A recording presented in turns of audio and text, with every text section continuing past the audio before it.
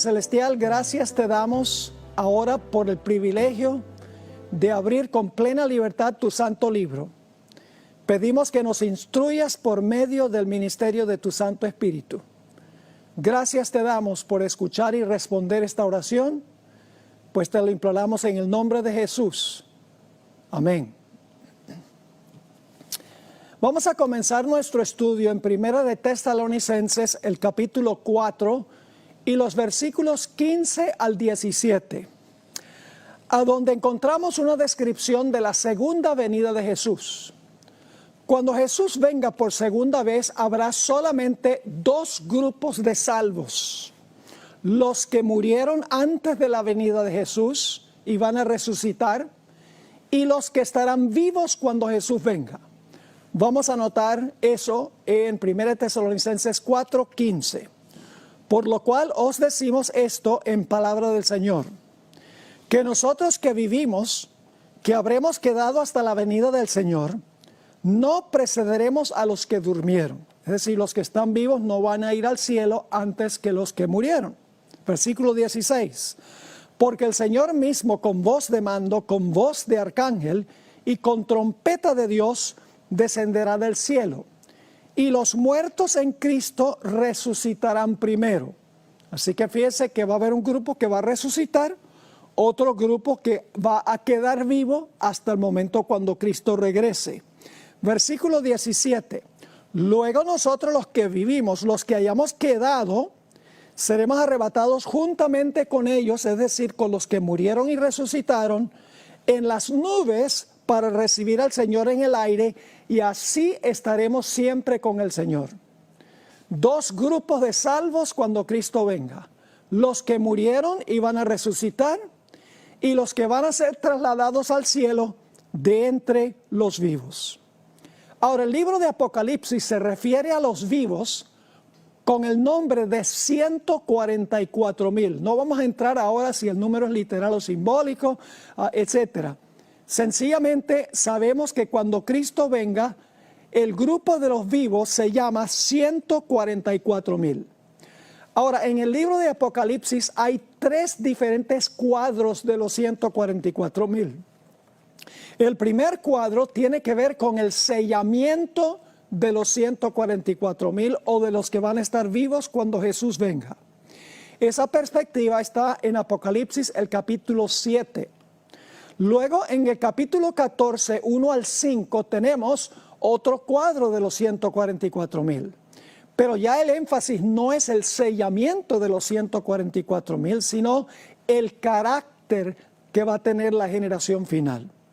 Y luego la última perspectiva la encontramos en el capítulo 15 y el versículo 2 al 4, que habla sobre la victoria de los 144,000 sobre la bestia, su imagen, su marca y el número de su nombre. Es decir, van a estar vivos en la gran prueba final sobre el asunto de la bestia, su imagen, su marca y su número. Es la generación final los que van a estar vivos cuando Cristo venga. Ahora vamos a Apocalipsis 6 y el versículo 14 hasta el versículo 16, a donde se describe la segunda venida de Cristo Jesús.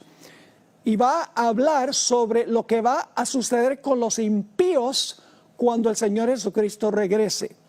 Dice en el versículo 14: y el cielo se desvaneció como un pergamino que se enrolla, y todo monte y toda isla se removió de su lugar. Los reyes de la tierra, los grandes, los ricos, los capitanes, los poderosos y todo siervo y todo libre, se escondieron en las cuevas y entre las peñas de los montes, y decían a los montes y a las peñas: caed sobre nosotros y escondednos del rostro de aquel que está sentado sobre el trono y de la ira del Cordero. No quieren ver el rostro del que está sentado en el trono, que no es más ni menos que Cristo Jesús.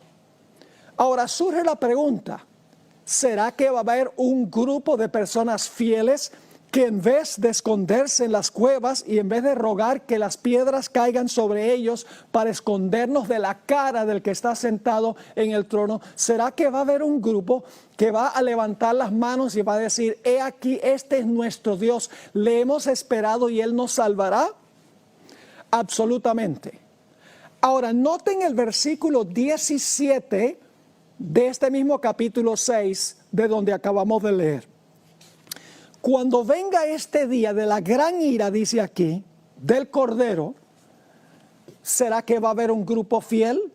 Noten la pregunta en Apocalipsis 6 y el versículo 17. Dice allí, porque el gran día de su ira ha venido. ¿Y quién podrá permanecer en pie? Es decir, cuando venga ese gran día de la ira del Cordero, ¿va a haber un grupo que va a permanecer en pie? Ahora, la expresión permanecer en pie en realidad es la traducción de una sola palabra en griego. En realidad es un antónimo de la palabra caer, es decir, mantenerse en pie es lo opuesto de caer. Vamos a examinar algunos versículos a donde se usa esa palabra. Marcos 3, 24 y 25 dice, un reino dividido contra sí mismo no puede permanecer. La palabra permanecer es la misma palabra estar en pie. Es decir, un reino dividido contra sí mismo va a caer. En Juan 8:44 dice que Satanás al principio no permaneció en la verdad. Es decir, cayó de la verdad. En 1 Corintios 10 y el versículo 12 dice, el que crea estar firme, mire que no caiga. Ahí está la palabra otra vez, firme. En Efesios 6, 11 al 13, se usa esta palabra dos veces. Dice allí en el versículo 11, vestíos de toda la armadura de Dios, para que podáis estar firmes. Ahí está la misma palabra griega de Apocalipsis 6, 17. Vestíos de toda la armadura de Dios, para que podáis estar firmes contra las acechanzas del diablo, es decir, para que no caigas en las trampas de Satanás.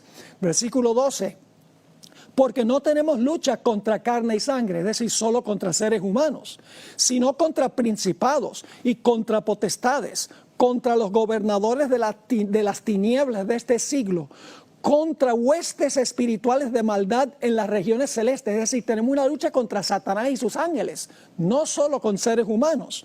Versículo 13, por tanto, tomad toda la armadura de Dios para que podáis resistir en el día malo y habiendo acabado todo, estar firmes. Esa es la misma palabra que usa Apocalipsis 6, 17. Segunda de Timoteo 2:19 usa también la misma palabra. Dice lo siguiente, pero el fundamento de Dios está firme, teniendo este sello. La palabra firme es la palabra esta. Conoce el Señor los que son suyos y apártese de iniquidad todo aquel que invoca el nombre de Cristo. Y voy a mencionarles un último uso de esta palabra que tiene una relación directamente con la segunda venida de Jesús. San Lucas 21 y el versículo 36, aquí está hablando Jesús a sus seguidores. Y dice, velad pues en todo tiempo, orando que seáis tenidos por dignos de escapar todas estas cosas que vendrán, porque está hablando los versículos anteriores de la gran tribulación final, la gran persecución final contra el pueblo de Dios. Y Jesús dice a sus seguidores, velad pues en todo tiempo, orando que seáis tenidos por digno de escapar de todas estas cosas que vendrán. Y ahora noten, y de estar en pie delante del Hijo del Hombre. Es decir, no caer, sino estar en pie. Así que Apocalipsis 6:17 termina con una pregunta. Porque el gran día de su ira ha venido, ¿y quién podrá permanecer en pie o quién podrá mantenerse firme? ¿A dónde esperaríamos conseguir la respuesta a esta pregunta? Pues yo creo que sería en el siguiente capítulo, el capítulo 7. Vamos a leer Apocalipsis 7 y los versículos 1 hasta el versículo 4, a donde se describe la generación final, los que van a estar en pie, los que no van a rogar que las rocas caigan sobre ellos, no se van a esconder en las cuevas, sino que van a recibir con los brazos abiertos a Cristo Jesús. En estos versículos se describe el sellamiento de los 144,000 o de la generación final. Dice, después de esto vi a 4 ángeles en pie sobre los 4 ángulos de la tierra, que detenían los 4 vientos de la tierra, para que no soplase viento alguno sobre la tierra, ni sobre el mar, ni sobre ningún árbol.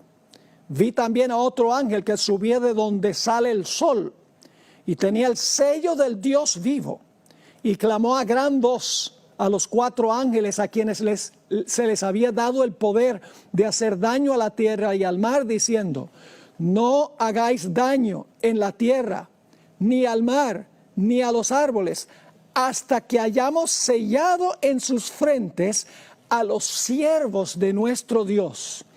Y oí el número de los sellados, 144,000 sellados de todas las tribus de los hijos de Israel.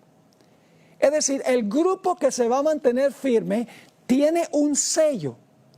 Y el sello es el nombre de Dios. Tienen el nombre de Dios en su frente, vamos a ver. Ahora, ¿cuál es el propósito de un sello que lleva el nombre? Bueno, el nombre indica propiedad. Por ejemplo, cuando yo tengo un libro y le pongo mi nombre, significa que ese libro es mío. Así que este grupo de personas, teniendo el nombre del Padre y del Hijo en su frente, significa que ellos pertenecen a Dios y a su Hijo. Pero el sello tiene otro fin. No solo identificar a los que son fieles, sino también es una señal para que los ángeles protejan a esas personas que tienen el sello. En realidad, el trasfondo de lo que tenemos en Apocalipsis 7, versículo 1 al 8, lo encontramos en el libro de Ezequiel. En el libro de Ezequiel, el capítulo 8, se describen las abominaciones que se estaban cometiendo entre los que profesaban ser pueblo de Dios. Las abominaciones que practicaban los que decían ser pueblo de Dios se describen en Ezequiel el capítulo 8. La peor abominación de todas era que estaban dando la espalda al templo y estaban con el rostro hacia el oriente adorando el sol. Así que Dios dice, el pueblo está en apostasía, los que dicen servirme a mí están adorando al sol, así que yo voy a venir en destrucción a la ciudad de Jerusalén. Pero antes de destruir la ciudad era necesario ponerle un sello a los que no estaban participando en las abominaciones. Ustedes pueden leer esto en Ezequiel 9, no tenemos tiempo de leerlo, es Ezequiel 9 y el versículo 1 al 6. El propósito del sello era identificar quiénes eran los fieles para que entonces fuesen protegidos de la destrucción que vendría cuando Nabucodonosor finalmente vino a la ciudad y destruyó la ciudad. Cuando Nabucodonosor destruyó la ciudad y murieron muchos en la ciudad, hubo un grupo que fue protegido y no murió. Fue el grupo que tenían el sello en sus frentes. Y lo interesante es que este grupo fiel clamaba y gemía por las abominaciones que se estaban cometiendo entre aquellos que decían ser pueblo de Dios. Es decir, había 2 grupos en la ciudad. La mayoría eran apóstatas. Estaban adorando el sol, practicando idolatría, entre otras cosas. Pero había otro grupo fiel, Apocalipsis los llama 144,000, en Ezequiel el capítulo 9 son los fieles, otro grupo que no están practicando las abominaciones y están clamando y llorando cuando ven todas las abominaciones que se están cometiendo entre los que profesan ser pueblo de Dios. Es decir, el sello de Dios es señal de que Dios va a proteger a sus fieles, los que están vivos antes de la segunda venida. Pero la bestia también tiene una marca. Y la marca de la bestia te dice, yo te voy a proteger si tú tienes mi marca. Tú vas a poder comprar y vender. Y no vas a estar sujeto al decreto de muerte. Pero si tú no recibes mi marca, dice la bestia, entonces no vas a poder comprar y vender. Y también vas a estar sujeto al decreto de muerte. Ahora yo pregunto, ¿quién prefieres tú que te proteja? ¿Dios o que te proteja la bestia? Bueno, esa es una decisión fácil, porque la bestia en realidad no tiene poder para proteger, pero Dios sí lo tiene. Entonces tenemos que estar seguros de que nosotros tengamos el sello. Ahora, ustedes notarán en Apocalipsis 7 que los ángeles están reteniendo los cuatro vientos de la tierra. Están en los cuatro ángulos. Cuando los ángeles suelten los vientos, que significa que Dios va a retirar su Espíritu Santo, ya Dios no va a luchar con los corazones de los seres humanos, se va a cerrar la puerta de la gracia antes de la segunda venida, como hemos estudiado anteriormente. Cuando eso suceda, mis queridos hermanos y hermanas, lo que va a pasar es que en este mundo va a haber una escena de confusión como jamás se ha visto en la historia del mundo. La Biblia lo llama la gran tribulación. También se refiere a este periodo como el tiempo de angustia, cual no se ha visto jamás en la historia del mundo. Por eso hay que tener el sello de Dios, porque solo los que tienen el sello de Dios serán protegidos en este tiempo. Ahora, ¿cómo será el carácter de aquellos que van a estar vivos cuando Jesús venga? Tenemos que ir al segundo cuadro de los 144,000. Se encuentra en Apocalipsis 14 y los versículos 1 al 5. Aquí ya no se describe el sellamiento de los 144,000, sino el carácter de los 144,000. Vamos a leer esos versículos y luego vamos a explicar un poco más. Después miré, y he aquí el Cordero estaba en pie sobre el monte de Sión, y con él 144,000, que tenían el nombre de él y el de su padre escrito en la frente. Y oí una voz del cielo como estruendo de muchas aguas y como sonido de un gran trueno, y la voz que oí era como de arpistas que tocaban sus arpas, y cantaban un cántico nuevo delante del trono, y delante de los cuatro seres vivientes, y de los ancianos. Y nadie podía aprender el cántico sino aquellos 144,000 que fueron redimidos de entre los de la tierra. Estos son los que no se contaminaron con mujeres, pues son vírgenes. Estos son los que siguen al Cordero por donde quiera que va. Estos fueron redimidos de entre los hombres como primicias para Dios y para el Cordero. Y en sus bocas no fue hallada mentira, pues son sin mancha delante del trono de Dios. Vamos a notar las características una por una. Siguen al Cordero por donde quiera que va. El Cordero es Cristo. Es decir, cuando Cristo dirige, ellos siguen lo que Cristo dice, lo que Cristo hace. En segundo lugar, dice que tienen el nombre en la frente. El nombre es un indicio del carácter. Es decir, tienen el carácter del Padre y el Hijo en su mente, y el que posee la mente posee todo el ser. Por ejemplo, mis padres me pusieron el nombre Esteban Pablo. ¿Por qué me pusieron Esteban Pablo? ¿Porque les pareció bonito el nombre Esteban y el nombre Pablo? No, no, no. Ellos sabían el carácter de Esteban y el carácter de Pablo, y dijeron, nosotros queremos que nuestro hijo tenga las características que tenían esos dos grandes héroes de la Biblia. Ellos querían que a medida que yo escuchara esos nombres, que yo viviera en armonía con el nombre que ellos me habían puesto. Es decir, el nombre en la frente significa que el Padre y el Hijo poseen la mente de la generación final, y el que posee la mente posee todo el ser. Dice que cantan un cántico nuevo. Y si leen Apocalipsis 15, la tercera perspectiva de los 144,000, allí dice que es el cántico de Moisés y del Cordero. Y uno dice, bueno, ¿qué tiene esto que ver con Moisés? Bueno, vamos a notar, no podemos contestar esa pregunta plenamente, pero debe tener una relación con lo que pasó en Éxodo 14 y 15. Pero déjenme mencionarles esto. En Apocalipsis 15 dice que nadie podía aprender ese himno o ese cántico sino los 144,000. Ahora, no significa que todos los demás redimidos, los que van a resucitar, no lo van a poder cantar. Sencillamente significa que no lo van a poder cantar con el mismo significado que lo cantarán aquellos que van a pasar por la tribulación final y van a ser librados por Dios. Déjenme darles un ejemplo. En Éxodo 15 se encuentra el cántico de Moisés. Ahora, ese canto lo compuso Moisés después que el pueblo cruzó el Mar Rojo y los egipcios fueron ahogados, sus opresores fueron ahogados en las aguas. Moisés compuso el himno y el pueblo cantó ese himno, el himno de victoria. Es un himno sobre cómo Dios prevaleció sobre los ejércitos egipcios. Ahora yo les pregunto, ¿creen ustedes que alguien hoy en día podría ponerle música a la letra de Éxodo 15? Yo creo que sí, podría hacerlo, como no. Pero yo les pregunto, ¿creen ustedes que nosotros podríamos cantar ese himno igual que lo cantaron los hijos de Israel? En ningún sentido. Podemos cantar teóricamente eso y podemos imaginarnos cómo fue. Pero los que pasaron por la experiencia en realidad no cantan en una forma especial.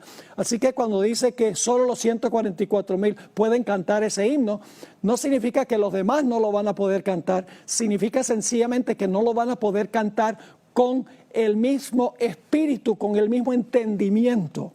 Luego sigue diciendo aquí que no se contaminaron los 144,000, la generación final, con mujeres. Ahora, no está hablando de un matrimonio aquí entre un hombre y una mujer. Un matrimonio que se contrae, como dice la Biblia, de un hombre y una mujer no contamina. Lo que contamina es cuando un hombre tiene relaciones con mujeres que no son su esposa. Ahora, la iglesia verdadera de Cristo está casada con Cristo Jesús. Pero ¿qué sucede cuando la iglesia se mete con el poder civil y tiene otros enamorados espirituales? Eso es lo que la Biblia llama fornicación. En Apocalipsis 17 habla de una gran ramera que fornica con los reyes de la tierra. Es decir, está jugándole sucio a su esposo Cristo Jesús. Además, esta ramera tiene hijas. Es decir, tiene seguidoras. Una mujer en las profecías representa iglesia, es decir, la ramera es una iglesia apóstata y las hijas son iglesias apóstatas que siguen lo que dice la ramera. La generación final no se habrá contaminado con una iglesia apóstata ni con las iglesias apóstatas que nacieron de ella. Sigue diciendo aquí en cuanto al carácter de los 144,000, en su boca no hay engaño. Es decir, hablan solo la verdad. Y déjeme decirles, si hablan la verdad es porque en el corazón está la verdad. Porque de la abundancia del corazón habla la boca. Yo recuerdo cuando era niño y iba a la escuela, a veces me salía una mala palabra de la boca. Y cuando llegaba a la casa, mi mamá me lavaba la boca con jabón. Y un día mientras yo me estaba saboreando el jabón, que dicho sea de paso no era muy sabroso, se me ocurrió un pensamiento. Le dije, mamá, tú estás tratando de resolver este problema en forma equivocada. Y ella me dice, ¿cómo así? Yo dije, el problema no es con mi boca, el problema es con mi corazón. Entonces lávame el corazón, porque de la abundancia del corazón habla la boca. Y luego dice, la última característica, son sin mancha delante del trono de Dios. Ahora escuchen bien. Apocalipsis, el capítulo 6, no es el único lugar a donde aparece esta pregunta. Hay muchos otros versículos de la Biblia a donde se hace una pregunta muy similar. Vamos a anotar algunos de esos lugares. Vamos a Joel, el capítulo 2 y el versículo 11. Joel 2 y el versículo 11. Este versículo está hablando de la segunda venida de Cristo Jesús. Y dice, y Jehová dará su orden delante de su ejército, porque Apocalipsis 19 dice que Jesús viene con los ejércitos celestiales, que son los ángeles. Jehová dará su orden delante de su ejército, porque muy grande es su campamento, fuerte es el que ejecuta su orden. Y ahora escuchen la pregunta, porque grande es el día de Jehová y muy terrible, ¿quién podrá soportarlo? Una pregunta muy similar. ¿A dónde esperarían conseguir la respuesta a esta pregunta? Que el gran día de Jehová ha venido y es muy terrible, ¿y quién podrá soportarlo? ¿A dónde esperaríamos conseguir la respuesta? Pues tal vez sería bueno ir al siguiente versículo y los siguientes versículos después de eso. Joel 2, 12 al 17, está hablando del gran día de expiación en Israel, el día del juicio, cuando se hacía la separación entre los que eran fieles y los que no eran infieles. Y ahora mismo está transpirando ese juicio en el santuario celestial. El Señor Jesucristo está examinando los casos de todos los que profesan su nombre para ver quiénes son genuinos y quiénes no son genuinos. Ahora, ¿cuál debe ser nuestra actitud en esta época cuando se está realizando el juicio en el santuario celestial? Noten cuál debe ser nuestra actitud. Versículo 12. Por eso pues ahora, como se ha hecho la pregunta, grande es el día de Jehová y muy terrible, ¿quién podrá soportarlo? Ahora dice, por eso pues ahora, dice Jehová, convertíos a mí con todo vuestro corazón, con ayuno. Y escuchen bien, ayuno no significa dejar de comer. Ayuno, según Isaías 58, significa ayudar y beneficiar a los menos afortunados.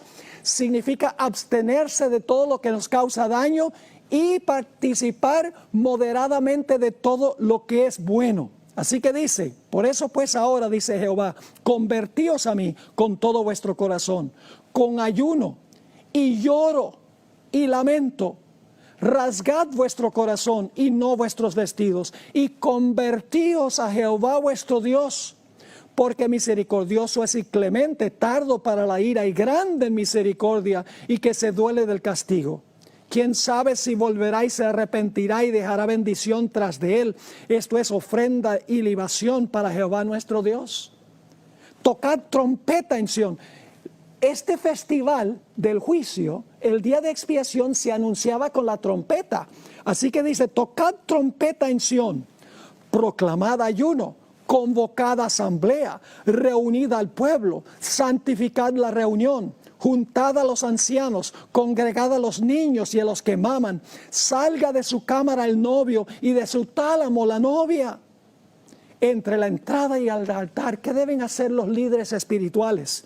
Entre la entrada y el altar, lloren los sacerdotes, ministros de Jehová, y digan, perdona, oh Jehová, a tu pueblo, y no entregues al oprobio tu heredad, para que las naciones se enseñoreen de ella. ¿Por qué han de decir entre los pueblos, ¿dónde está su Dios?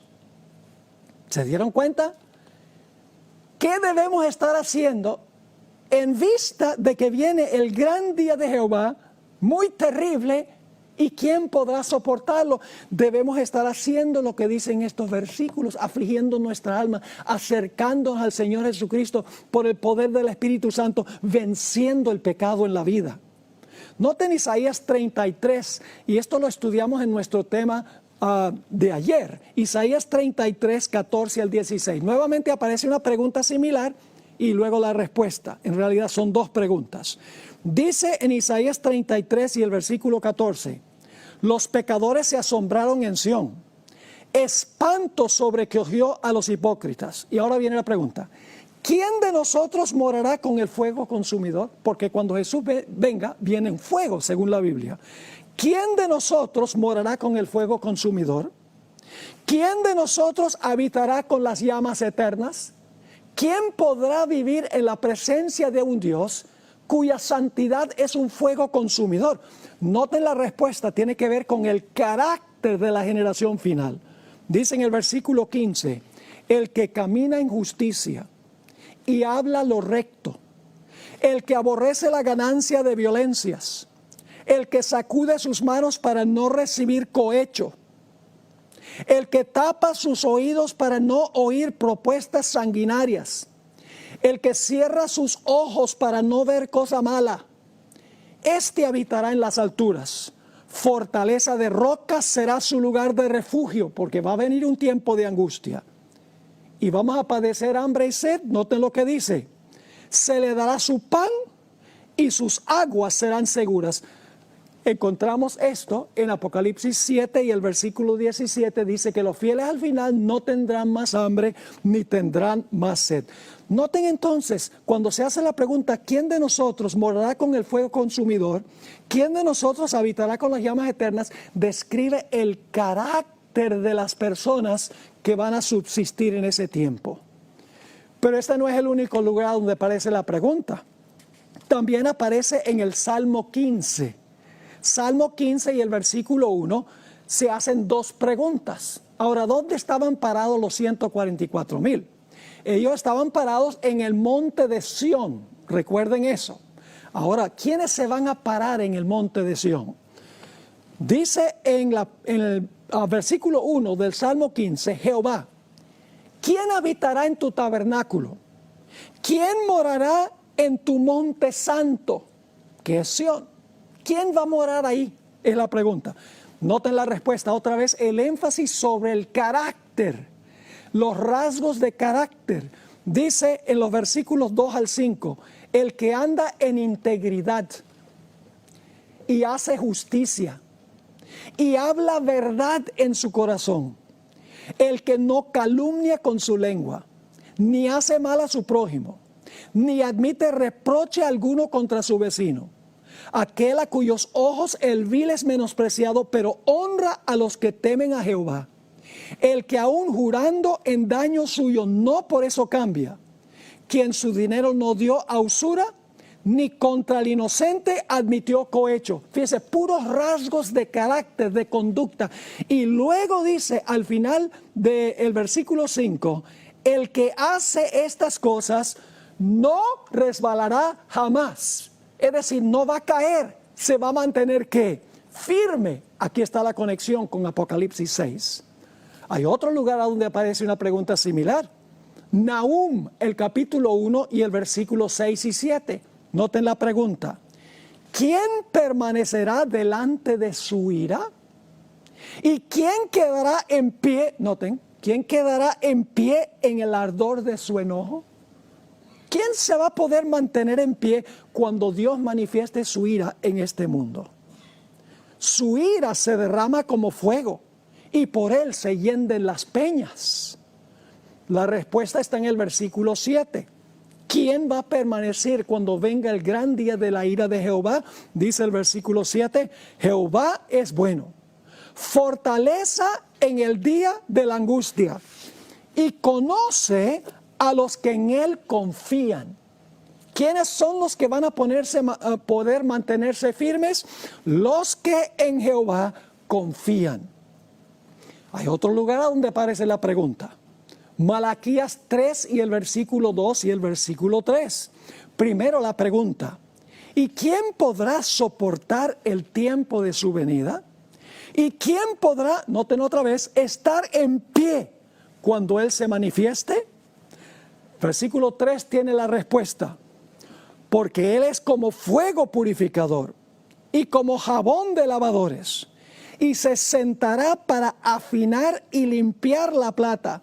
Porque limpiará a los hijos de Leví, los afinará como a oro y como a plata, y traerán a Jehová ofrenda en justicia.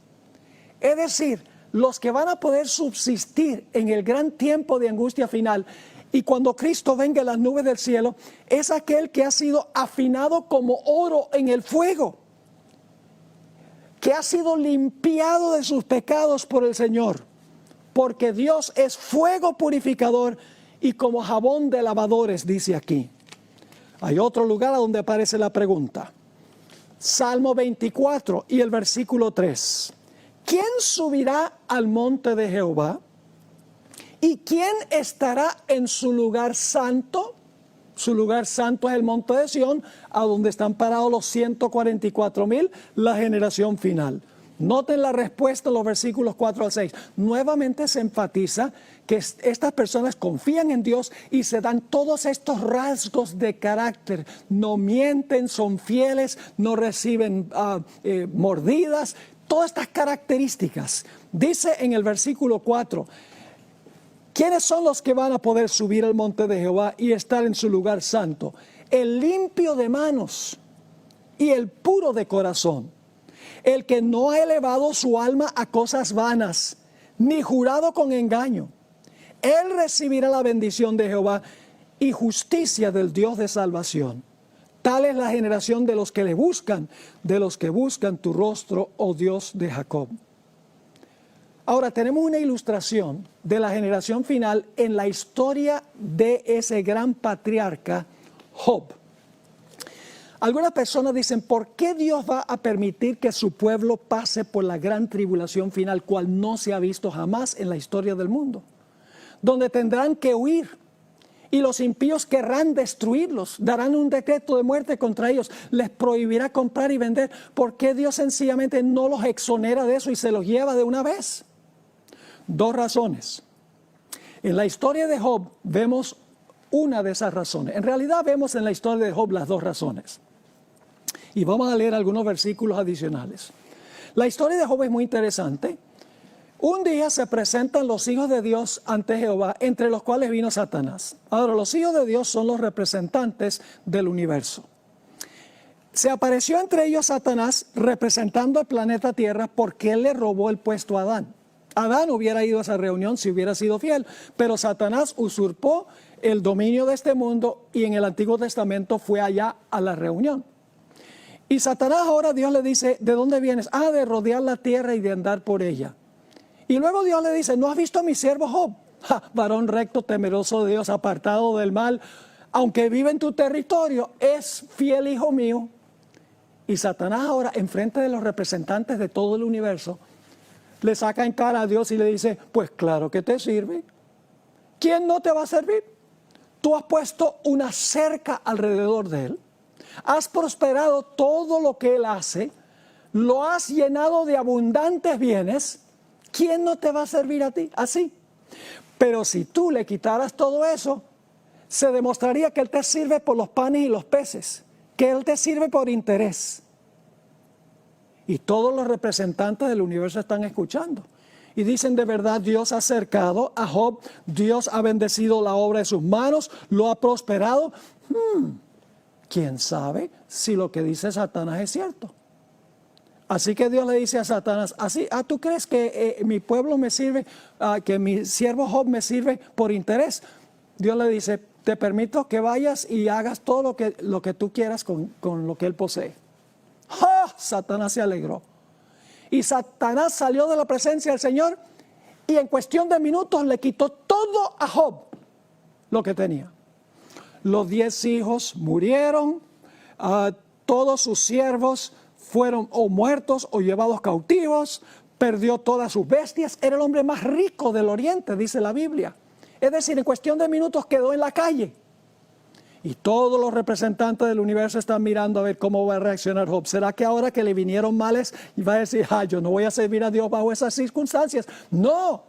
Job dijo, Dios dio y Dios quitó. Dios no quitó, Satanás quitó.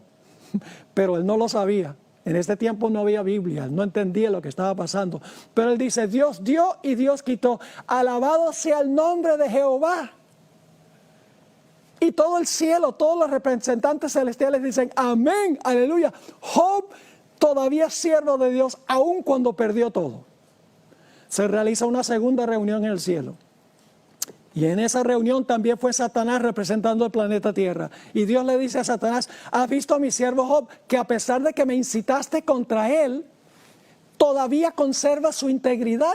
Y Satanás dice, pues claro, porque no me dejaste tocarlo a él. Pero si tú me dejaras afligirlo a él, te blasfemaría en tu rostro y verías que él te sirve porque tú le das buena salud a él. Y todos los representantes del universo están allí viendo. De verdad que Dios no permitió que Satanás afligiera a Job físicamente. Quién sabe si tenga razón. Así que Dios le dice, está bien, te permito que tú hagas con Job lo que tú quieras, solo no te permito que lo mates. Porque claro, si lo mata la prueba se acabó. No permito que lo mates. Y sale Satanás de la presencia del Señor y aflige a Job con llagas malignas desde la mollera de la cabeza hasta la planta del pie, y tan terrible era que tenía que rascarse con una teja. Y todo el universo está mirando para ver si Job sirve a Dios por interés. Y dice que Job no pecó contra Jehová, pero la historia no termina allí. Job perdió sus posesiones, ahora había perdido su salud, perdió sus hijos, y ahora pierde el apoyo de su esposa. Su esposa le dice, Job, ¿todavía conservas tu integridad? Maldice a Dios y muérete. Está siendo usada por Satanás para tratar de convencer a Job de que maldiga a Dios. Pero Job dice, hablas como una de esas mujeres fatuas. Y luego vienen los 3 amigos de Job para consolarlo. Y la historia dice que los amigos, en vez de consolarlo, se convirtieron en sus acusadores, se volcaron en contra de él.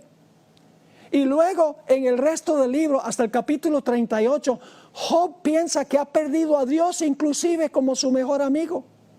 Porque ora a Dios, le dice, explícame lo que está pasando. Y la respuesta de Dios es un rotundo silencio. Mis queridos hermanos y amigos, este es un cuadro de la experiencia por la cual pasará el pueblo de Dios durante el gran tiempo de angustia final. El pueblo de Dios perderá absolutamente todo. Perderá sus posesiones, perderá el apoyo de la familia, perderá en muchos casos su salud, perderá también el apoyo de sus amigos y sus familiares y clamará a Dios y parecerá inclusive que Dios se ha olvidado de ellos.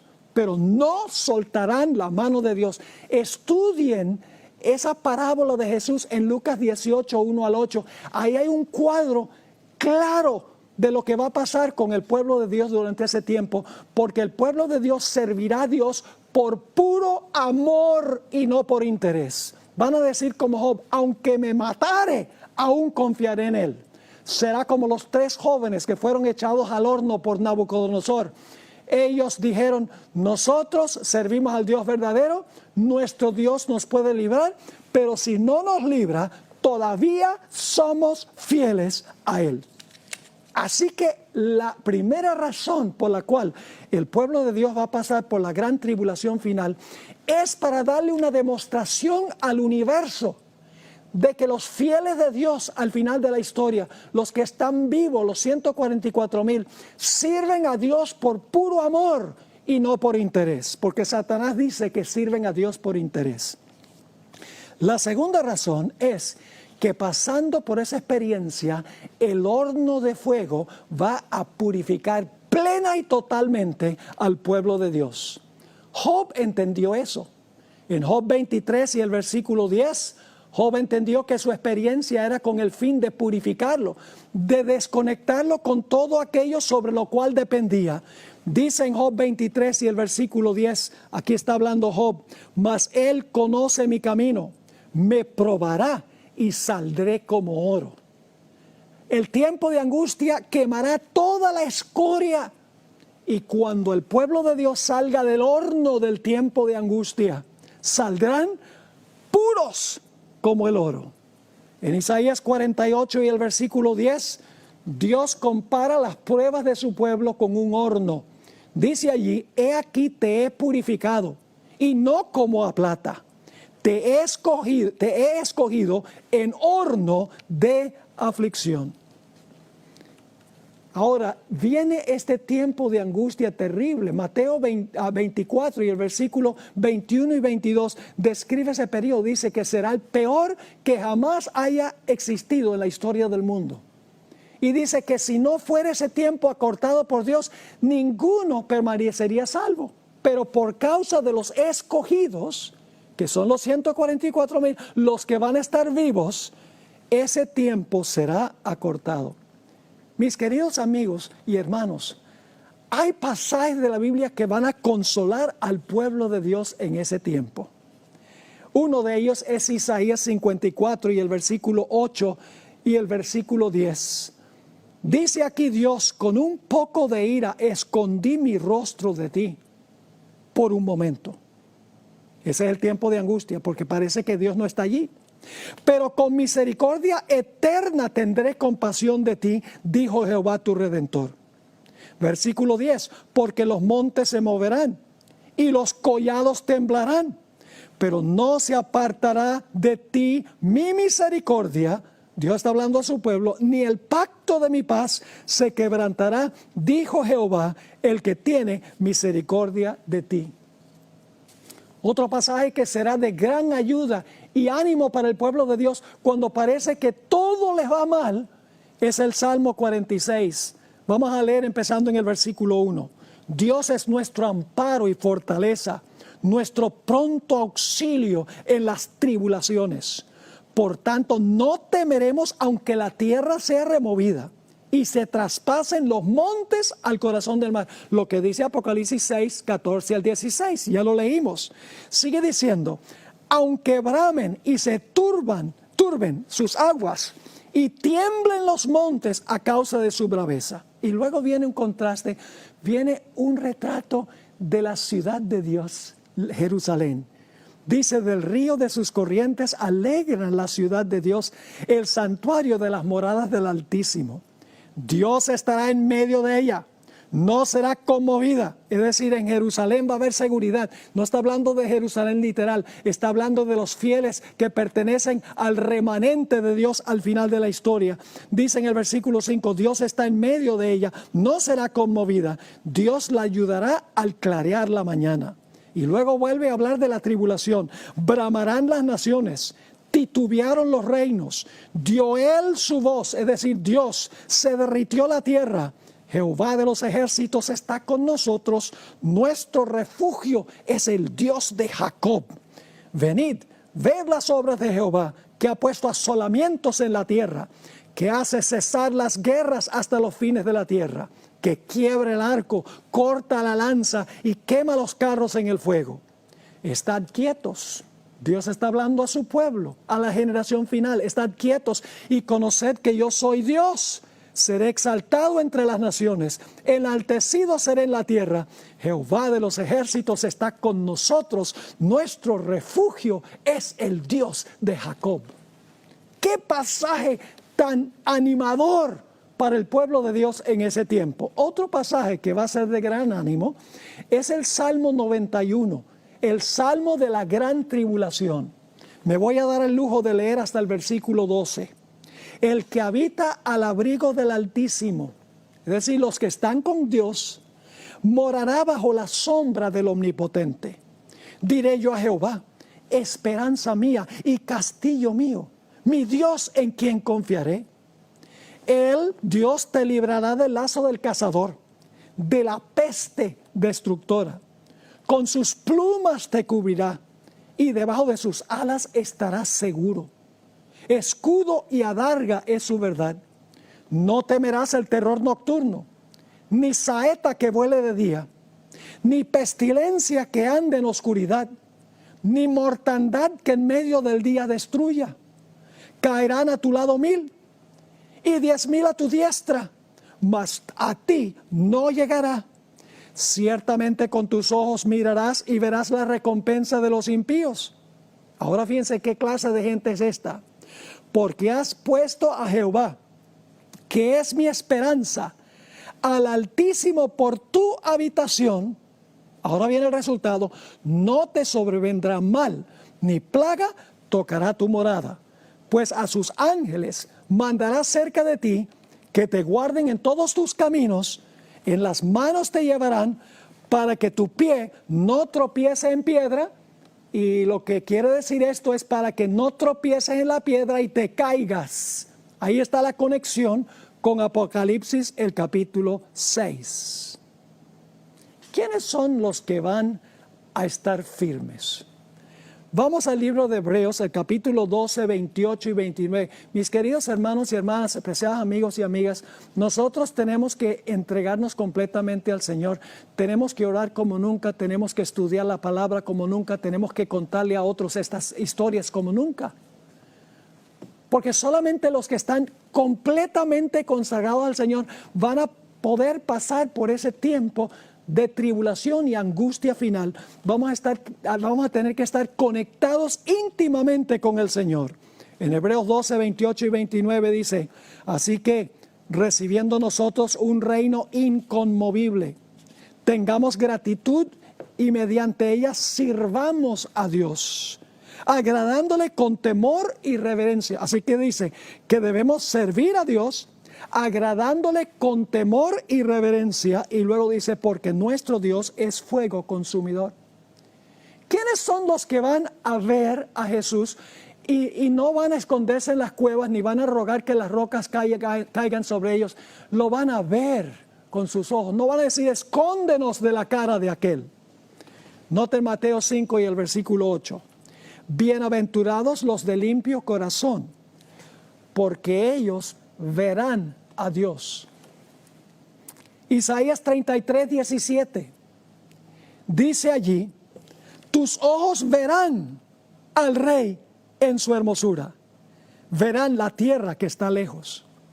Primera de Juan, el capítulo 3 y el versículo 1 al 3. Nuevamente el énfasis es quiénes son los que van a ver, los que van a mirar y no van a querer esconderse de la cara, sino que van a querer ver el rostro. Dice allí en 1 Juan 3, 1 al 3, mirad cuál amor nos ha dado el Padre, para que seamos llamados hijos de Dios. Por esto el mundo no nos conoce porque no le conoció a Él. Amados, ahora somos hijos de Dios y aún no se ha manifestado lo que hemos de ser.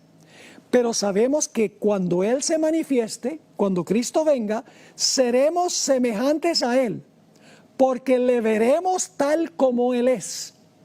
Lo vamos a ver porque somos semejantes a Él. Y luego el versículo 3 dice, ¿qué debemos hacer para prepararnos? Y todo aquel que tiene esta esperanza en Él se purifica a sí mismo, así como Él es puro. En Hebreos 12 y el versículo 14 dice, seguid la paz con todos y la santidad sin la cual nadie verá al Señor. Pero los fieles en el reino van a ver el rostro de Jesús. No se van a querer esconder, van a ver el rostro porque tiene un carácter semejante al de Cristo. Dice en Apocalipsis 22 y el versículo 3 y 4, hablando de la santa ciudad, y no habrá más maldición.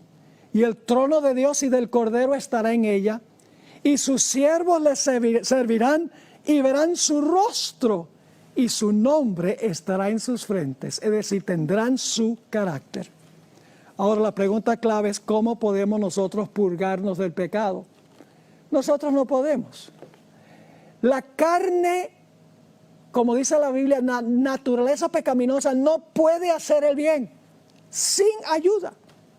Con la ayuda del Espíritu Santo, con la ayuda de Jesús, con la ayuda de Dios, solamente se puede vencer.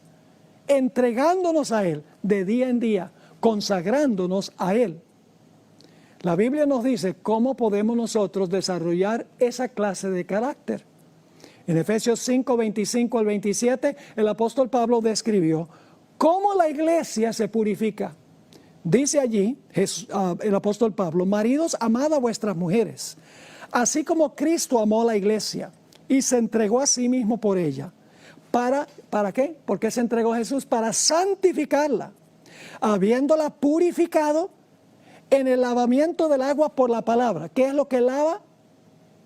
Dice, lo que lava es agua por la palabra. El agua es el Espíritu Santo y el Espíritu Santo hace todo a través de la palabra. Ahora, ¿con qué fin? Versículo 27.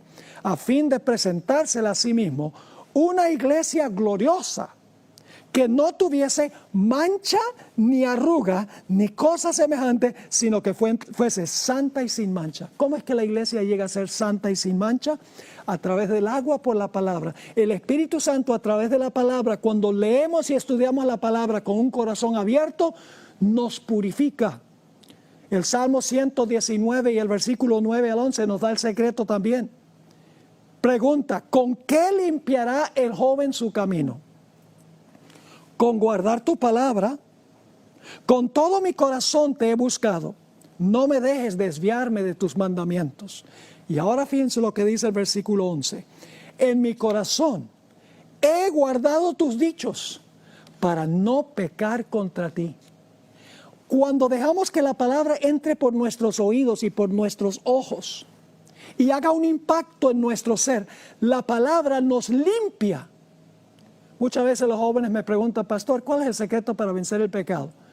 Y yo les digo dos cosas. Número uno, no permitas que entre a tu mente nada que contamine tu mente.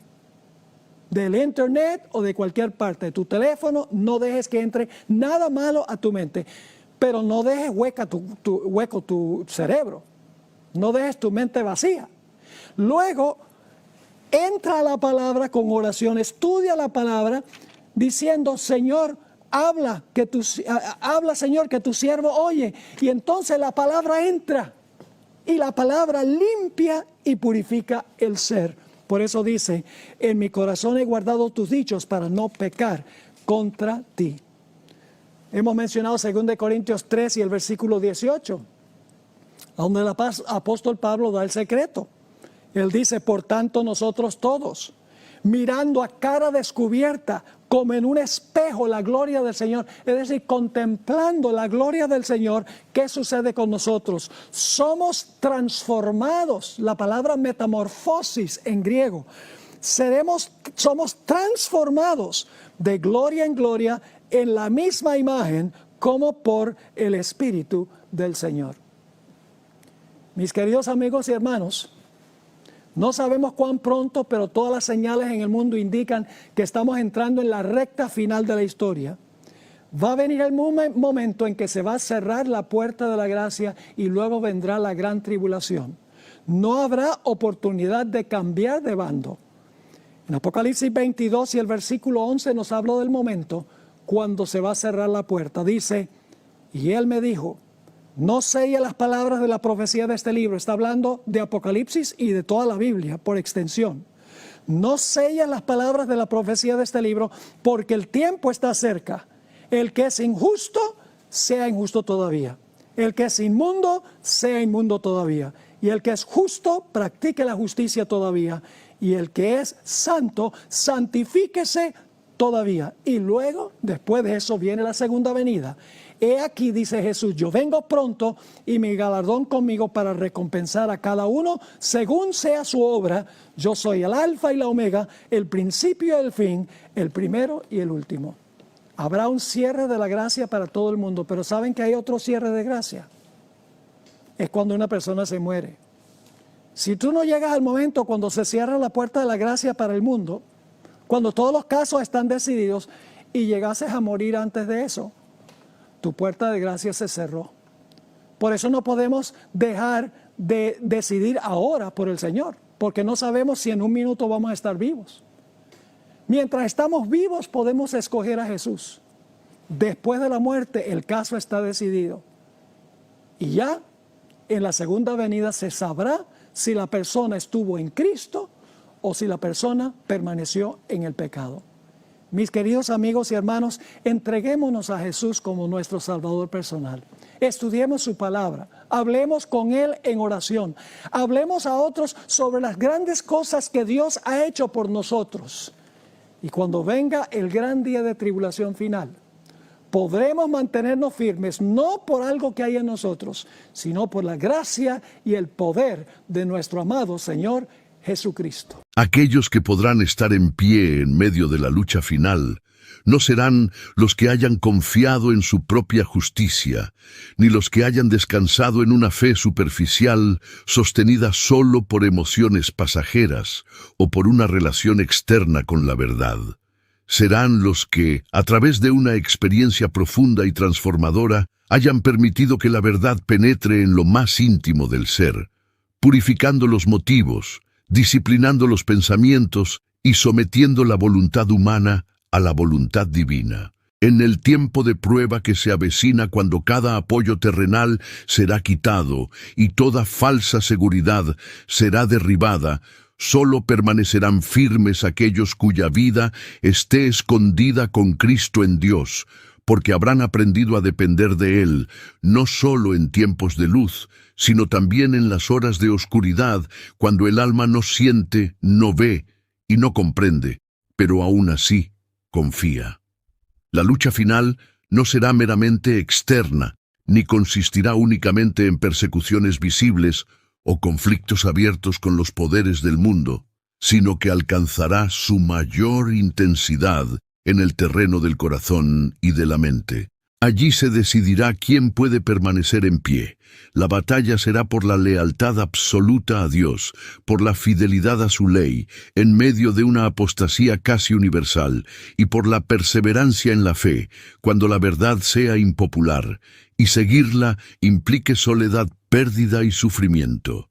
En ese tiempo, el enemigo desplegará todos sus engaños para seducir, confundir y desalentar, presentando una religión sin cruz, una obediencia sin sacrificio y una esperanza sin santidad. Solo los que hayan fortalecido su entendimiento con la palabra y su carácter mediante la comunión diaria con Dios discernirán el error disfrazado de verdad. Los que permanezcan firmes serán aquellos que hayan comprendido que la vida cristiana no es una teoría ni una mera profesión, sino una experiencia viva de transformación continua. No habrán postergado la obra de purificación del carácter para un tiempo futuro, ni habrán supuesto que una fe declarada en palabras los sostendría en la crisis. Entenderán que cada acto de obediencia presente los prepara para la prueba venidera, y que cada concesión al pecado debilita el alma para el conflicto final. Por eso en su caminar diario habrán aprendido a vencer en las pequeñas cosas, a resistir las tentaciones ocultas, a negar el yo cuando nadie los ve y a vivir una religión práctica que se manifiesta en pensamientos puros, palabras cuidadosas y acciones guiadas por el amor. En medio de la lucha final no habrá poder humano que pueda sostener al alma. Los sistemas religiosos fallarán, los líderes espirituales caerán, y muchos que parecían firmes abandonarán la fe cuando ésta exija fidelidad incondicional. En ese contexto, solo aquellos que hayan cultivado una relación personal e íntima con Cristo podrán mantenerse en pie.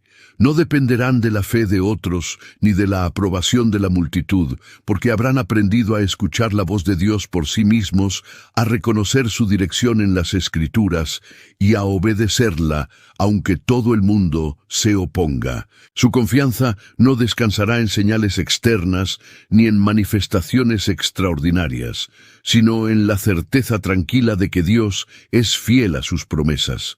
Estos vencedores no serán personas sin luchas ni debilidades, sino creyentes que, conscientes de su fragilidad, se aferraron constantemente al poder divino. Comprenderán que en ellos mismos no hay fuerza suficiente para resistir al enemigo, pero también sabrán que el cielo ha provisto todo lo necesario para la victoria. Su vida de oración no será ocasional ni formal, sino una comunión constante, una dependencia diaria que los lleva a buscar dirección, perdón y fortaleza en cada circunstancia. En el tiempo de angustia, cuando el sentimiento de indignidad los asalte y el recuerdo de los pecados pasados intente aplastarlos, se sostendrán no en su experiencia, sino en las promesas inmutables de Dios. El carácter de aquellos que estarán en pie habrá sido formado en el crisol de la prueba. No se habrá desarrollado de manera repentina, sino a través de años de disciplina espiritual, de conflictos internos y de decisiones firmes a favor de la verdad.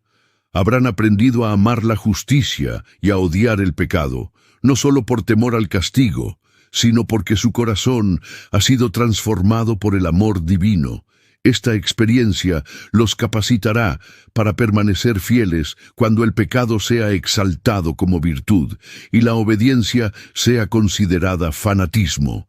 En medio de un mundo que llama bien a lo malo y malo a lo bueno, su conciencia, iluminada por el Espíritu de Dios, será una guía segura. Los que puedan estar en pie comprenderán profundamente el significado de la obra de Cristo como su único mediador y salvador. No confiarán en méritos humanos ni en obras propias para justificarse delante de Dios, pero tampoco usarán la gracia como excusa para la desobediencia. Sabrán que la fe verdadera produce obediencia y que la gracia que perdona es la misma que transforma.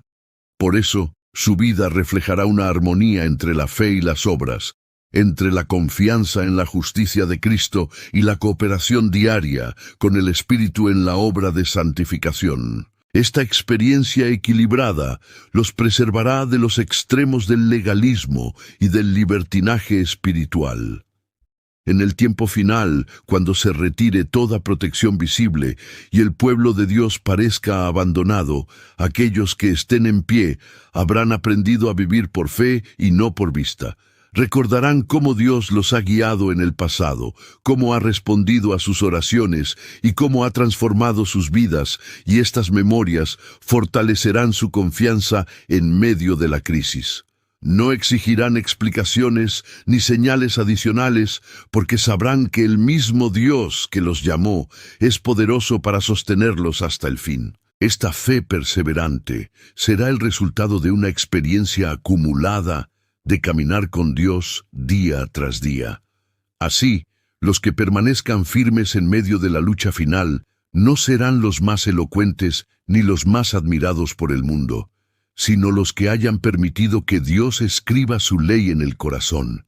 Serán personas comunes, transformadas por una gracia extraordinaria que habrán aprendido a morir al yo para vivir para Dios. En la aparente debilidad humana, manifestarán una fortaleza que no proviene de este mundo, y su fidelidad silenciosa dará testimonio de que el poder divino es suficiente para guardar al alma que confía plenamente en Él. La preparación para vencer y finalmente morar con el Señor no comienza en el tiempo de angustia, sino mucho antes, en la vida diaria, en las decisiones aparentemente pequeñas que revelan a quién pertenece el corazón. La victoria que será necesaria en la crisis final solo será posible para aquellos que hayan aprendido a vencer cuando la prueba no era visible y cuando la fidelidad no traía reconocimiento humano. El carácter no se forma en el momento de la emergencia, sino en la constancia silenciosa de una comunión diaria con Dios, donde el alma aprende a someterse a confiar y a obedecer, aun cuando el camino no parece claro. Quienes esperan ser fortalecidos repentinamente para resistir las pruebas finales, sin haber cultivado ahora una experiencia profunda con Dios, descubrirán demasiado tarde que no poseen la fe ni la fortaleza necesarias para mantenerse firmes. La obra esencial que debe realizarse en el corazón es la completa rendición del yo. Mientras el orgullo, la autosuficiencia y el amor propio gobiernen el alma, no puede haber verdadera victoria sobre el pecado. Muchos desean la vida eterna, pero no desean el proceso de muerte al yo que esa vida requiere. Sin embargo, el cielo no puede ser heredado por aquellos que se aferran a su voluntad en oposición a la voluntad divina. Vencer significa aprender a decir no a los impulsos naturales cuando éstos contradicen los principios del cielo. Significa aceptar la disciplina divina como una expresión de amor y permitir que el carácter sea moldeado conforme al modelo celestial, aunque este proceso sea doloroso para la naturaleza humana.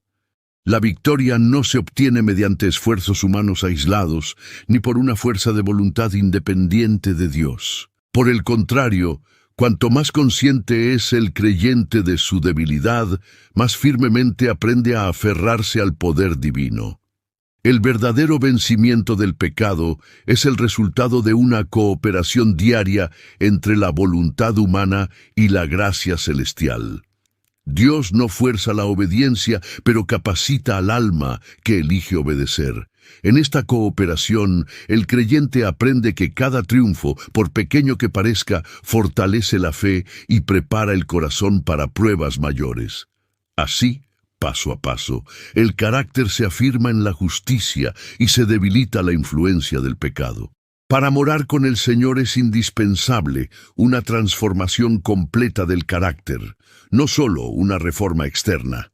El pecado no puede existir en la presencia de Dios, y por lo tanto, todo aquello que esté en armonía con el pecado debe ser eliminado del alma.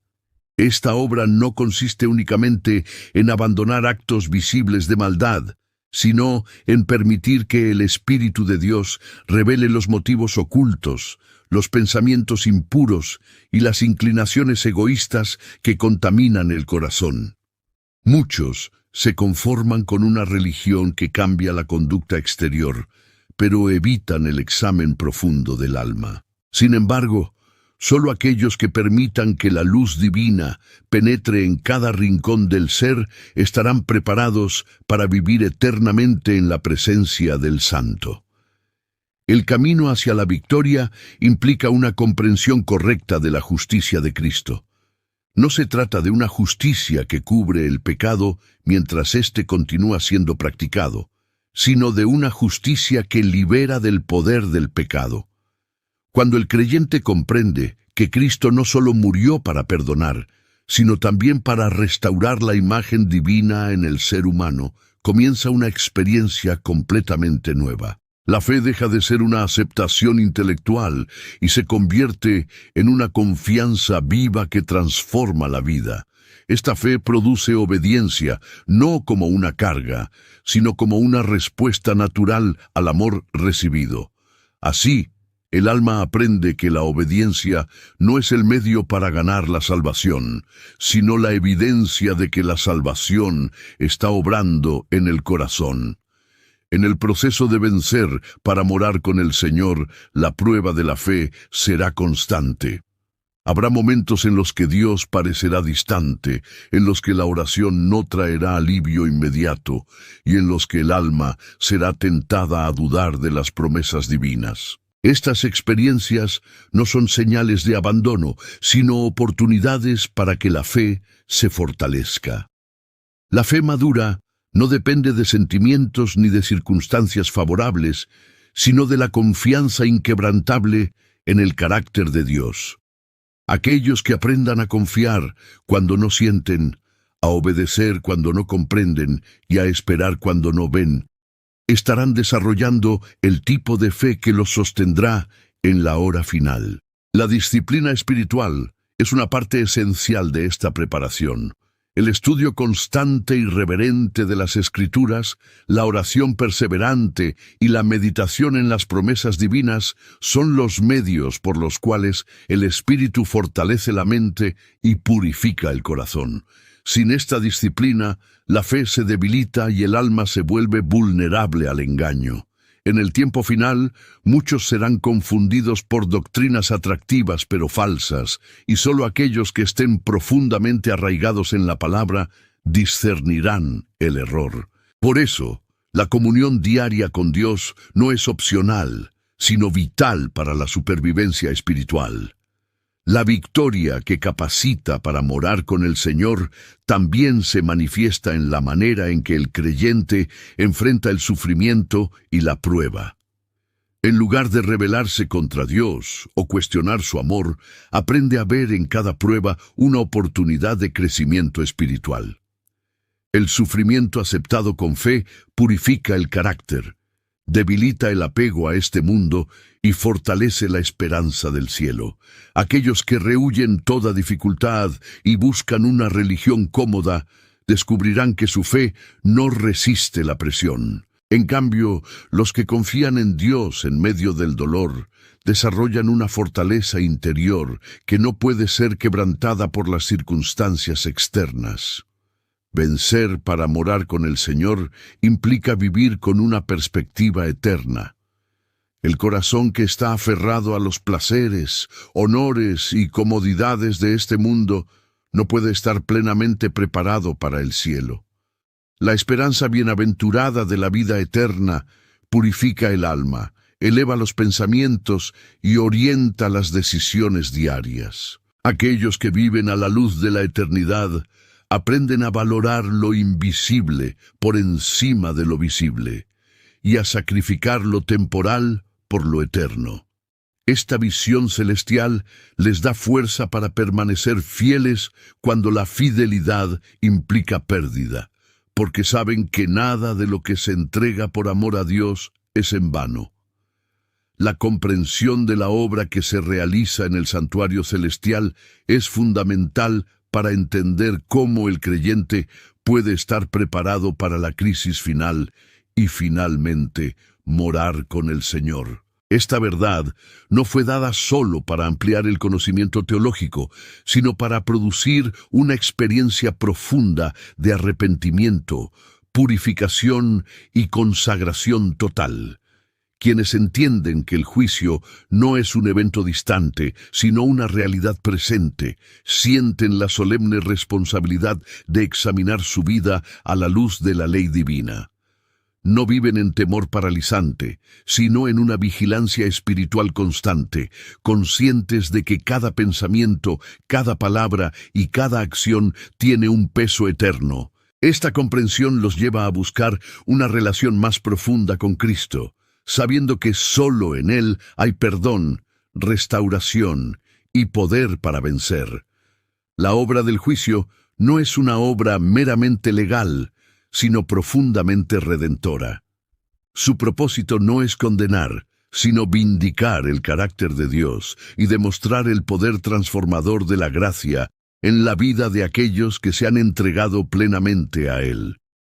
Aquellos que podrán estar en pie en ese tiempo habrán permitido que esta obra se refleje en su experiencia diaria. No se conformarán con una religión superficial ni con una obediencia parcial, sino que buscarán una armonía completa entre su fe y su conducta.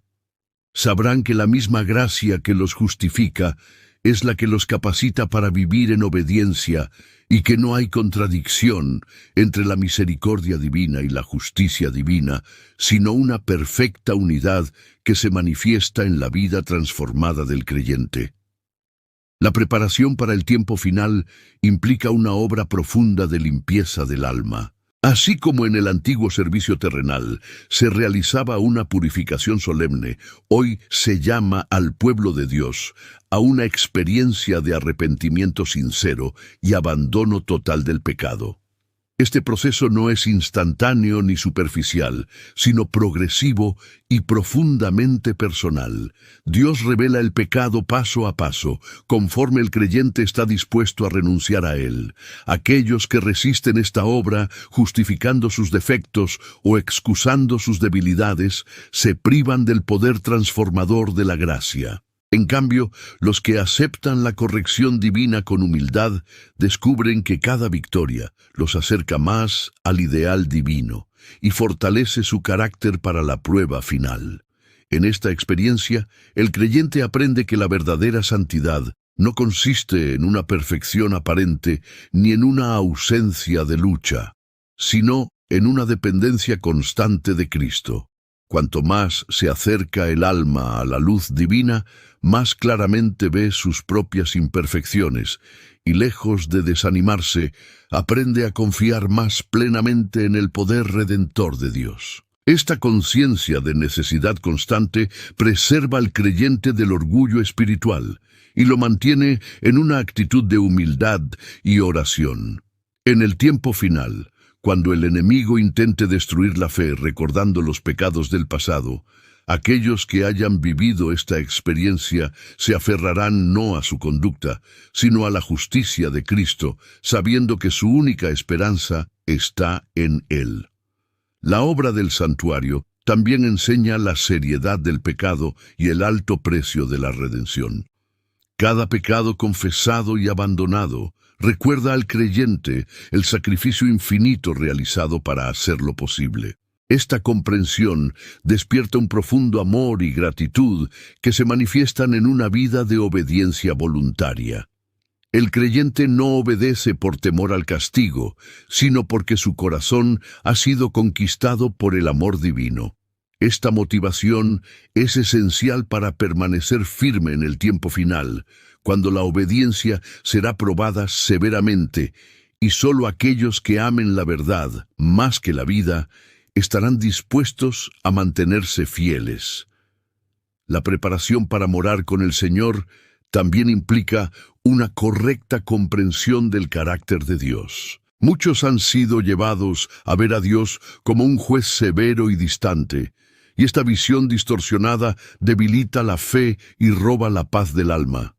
Sin embargo, aquellos que están siendo preparados para la crisis final llegan a conocer a Dios como un Padre amoroso, justo y misericordioso, que se deleita en salvar y restaurar.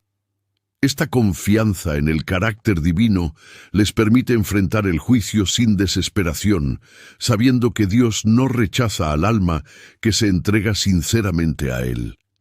Esta seguridad no produce descuido, sino una obediencia más profunda y una consagración más completa. En el tiempo de angustia, cuando la intercesión visible haya terminado y el pueblo de Dios enfrente la prueba más severa, aquellos que hayan comprendido y vivido las verdades del santuario estarán preparados para permanecer en pie.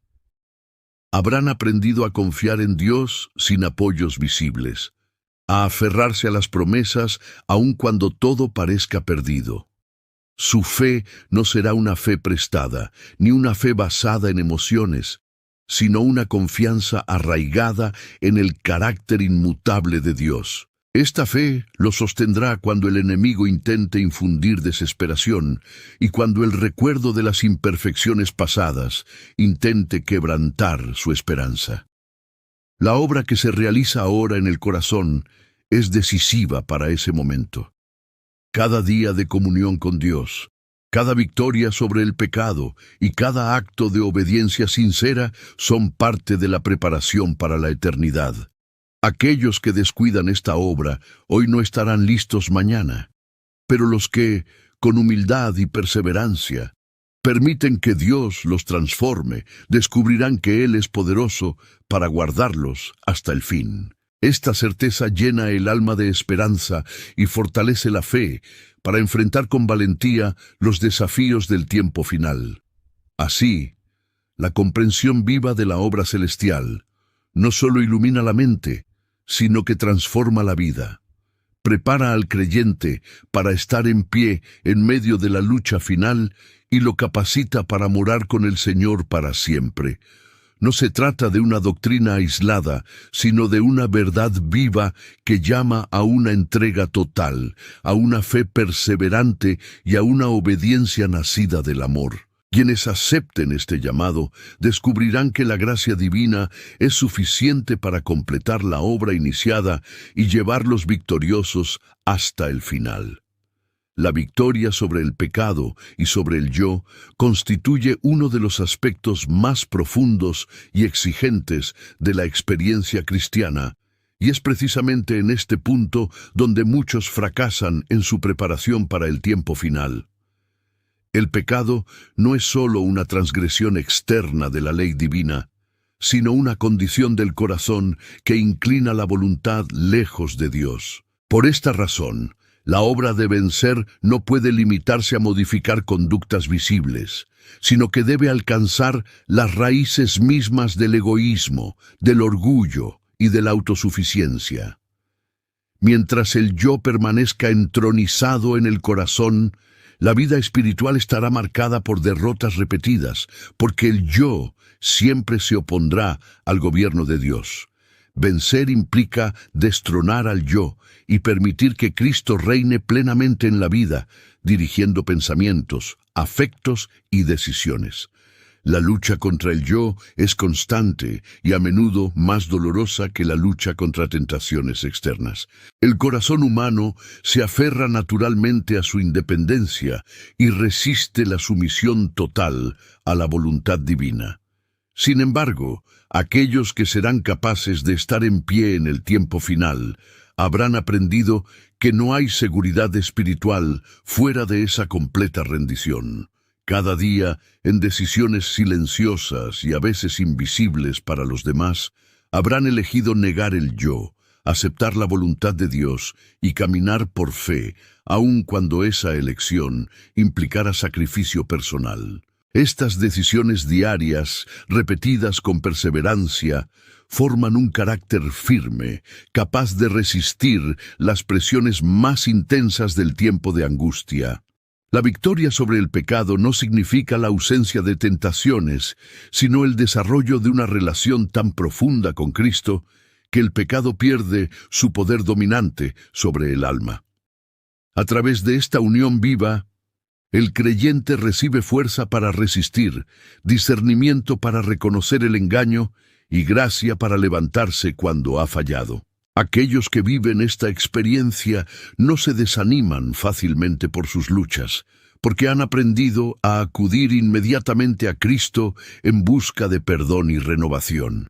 No permiten que la culpa los aleje de Dios, sino que la usan como un llamado a una dependencia más profunda. Esta actitud los preserva de la desesperación, uno de los engaños más peligrosos del enemigo en el tiempo final. La obra de vencer requiere también una vigilancia constante sobre los pensamientos. La mente es el campo de batalla donde se decide la victoria o la derrota, y solo aquellos que aprendan a someter sus pensamientos a la obediencia de Cristo podrán mantenerse firmes. Pensamientos impuros, resentimientos ocultos, deseos egoístas y ambiciones mundanas, si no son rechazados, debilitan el alma y la hacen vulnerable al pecado abierto. Por eso la preparación para morar con el Señor incluye una disciplina mental que se desarrolla mediante la oración, el estudio de la palabra y la meditación en las cosas celestiales. La mente que se llena de verdad y de la presencia de Dios encuentra menos atractivo en el pecado y mayor deleite en la justicia. En este proceso, el creyente aprende que la victoria no es un logro personal del cual pueda gloriarse. Cada triunfo es el resultado del poder divino, obrando en un corazón dispuesto. Esta comprensión elimina toda jactancia espiritual y mantiene al alma en una actitud de humildad constante. Quienes realmente están venciendo no se comparan con otros, ni se consideran superiores, sino que reconocen cuán grande es su necesidad diaria de la gracia de Dios. Esta humildad los prepara para recibir más luz y más poder, mientras que el orgullo espiritual cierra la puerta al crecimiento y conduce a la caída. La victoria sobre el pecado también se manifiesta en una creciente sensibilidad espiritual. Aquellos que están siendo transformados por la gracia no solo evitan el pecado abierto, sino que se entristecen por todo lo que desagrada a Dios. Su conciencia, iluminada por el Espíritu, se vuelve más delicada, y aprenden a apartarse de influencias, hábitos y ambientes que debilitan su comunión con el cielo.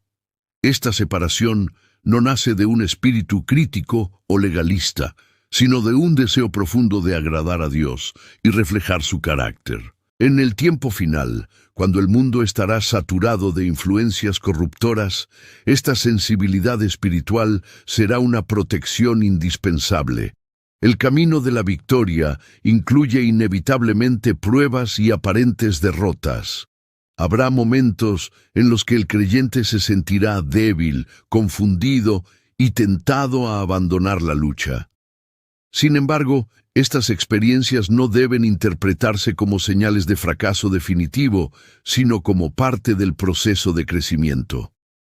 Dios permite estas pruebas para revelar la insuficiencia humana y dirigir el corazón a una confianza más completa en el poder divino. Aquellos que perseveran en la lucha, aun cuando caen, desarrollan una fe más fuerte y una dependencia más profunda, cualidades esenciales para enfrentar la crisis final.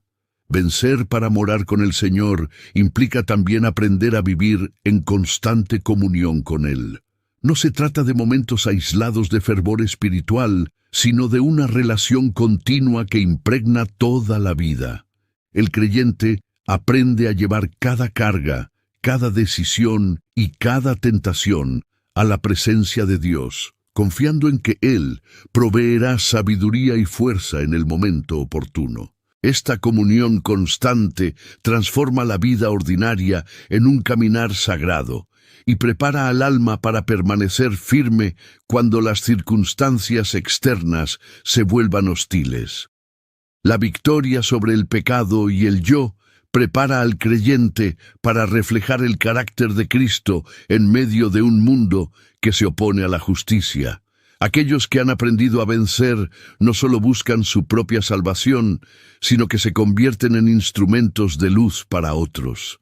Su vida da testimonio silencioso del poder transformador de la gracia y ofrece esperanza a quienes luchan en la oscuridad. En el tiempo final, este testimonio será una de las evidencias más poderosas de que Dios tiene un pueblo preparado para morar con Él para siempre. La fe que sostiene al creyente cuando todo apoyo visible desaparece es una fe que ha sido probada, purificada y fortalecida a lo largo del tiempo. No es una fe impulsiva ni emocional, sino una confianza profunda y razonada en el carácter y las promesas de Dios. En el tiempo final, cuando las circunstancias parecerán contradecir cada palabra de esperanza, y cuando el pueblo de Dios se vea rodeado de oposición, esta fe será puesta a prueba como nunca antes. Aquellos que no hayan aprendido a caminar por fe, en los días de relativa calma, encontrarán imposible sostenerse cuando la presión alcance su punto máximo. Por esta razón, la experiencia presente es decisiva para el futuro, porque la fe que no se ejercita ahora no podrá responder en la crisis. Esta fe madura se desarrolla cuando el creyente aprende a confiar en Dios, aun cuando no recibe respuestas inmediatas a sus oraciones.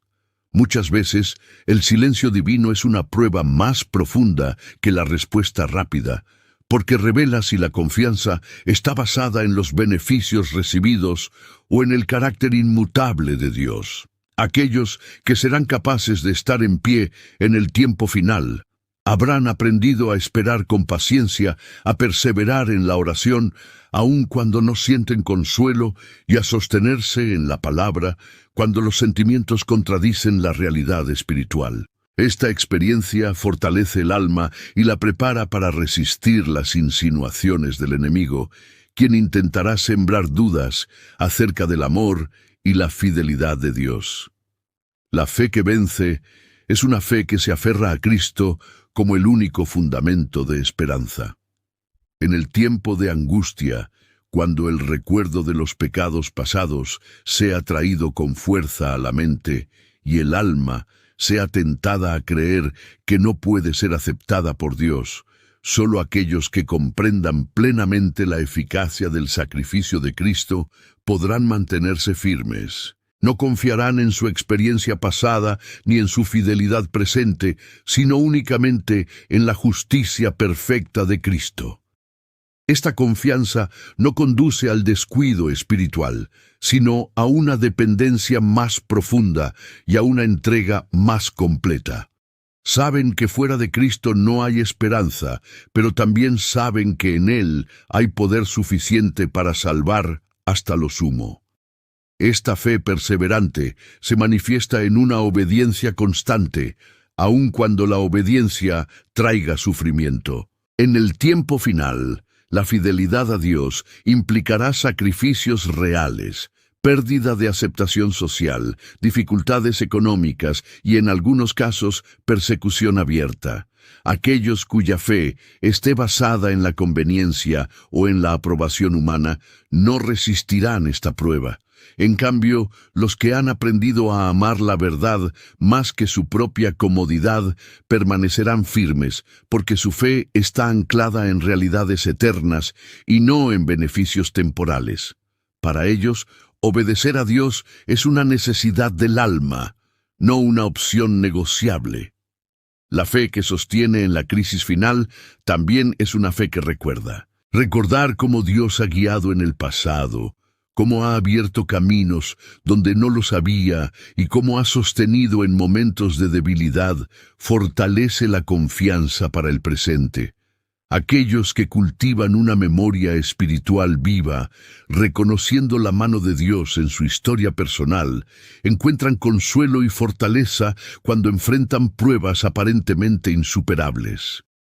Esta fe histórica, basada en la experiencia real con Dios, se convierte en un ancla firme cuando las emociones fluctúan y las circunstancias se vuelven adversas. En el tiempo final, la fe será probada no solo por la persecución externa, sino también por la aparente demora del cumplimiento de las promesas.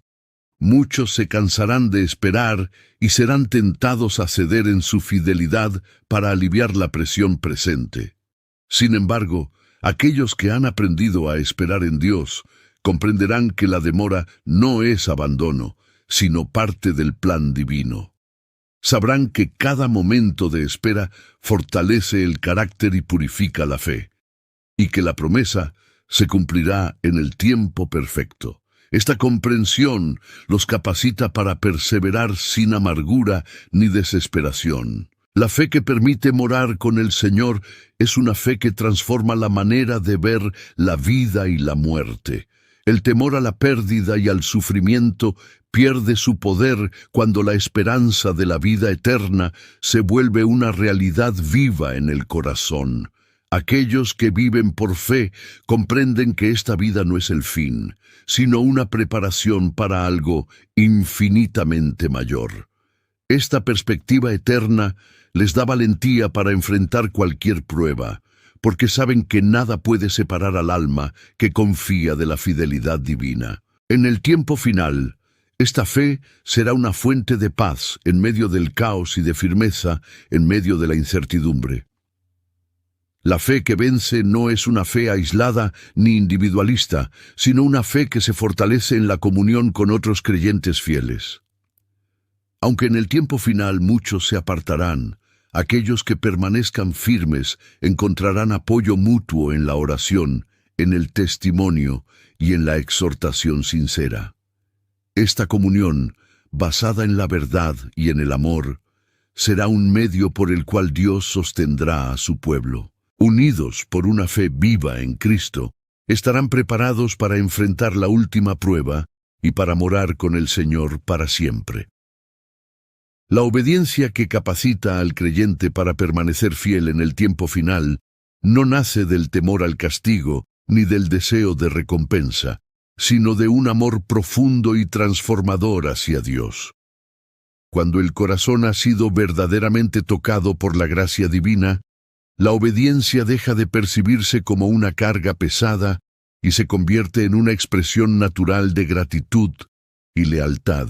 Aquellos que estarán en pie en medio de la lucha final habrán aprendido a obedecer no porque se les exige, sino porque aman la justicia y aborrecen el pecado. Esta obediencia motivada por el amor es la única que puede resistir cuando la presión externa se vuelve intensa y cuando obedecer implica sufrimiento real. Muchos confunden la obediencia con un cumplimiento externo de normas, pero la obediencia que Dios requiere alcanza las profundidades del corazón. No se limita a actos visibles, sino que gobierna los pensamientos, los deseos y las intenciones. En esta experiencia, el creyente aprende que Dios no se complace en una obediencia forzada o mecánica, sino en una entrega voluntaria que brota de un corazón renovado. Esta comprensión transforma la relación con Dios, porque el creyente ya no lo ve como un legislador distante, sino como un padre amoroso cuyo carácter desea reflejar. En el tiempo final, esta relación íntima será esencial para resistir las tentaciones que apelarán al egoísmo y a la conveniencia personal. La obediencia nacida del amor también produce una profunda coherencia entre la fe profesada y la vida vivida. Aquellos que aman a Dios no separan lo espiritual de lo práctico, ni limitan su fe a momentos de culto. Cada aspecto de la vida diaria, el trabajo, las relaciones, el uso del tiempo y los recursos, se convierte en un acto de adoración.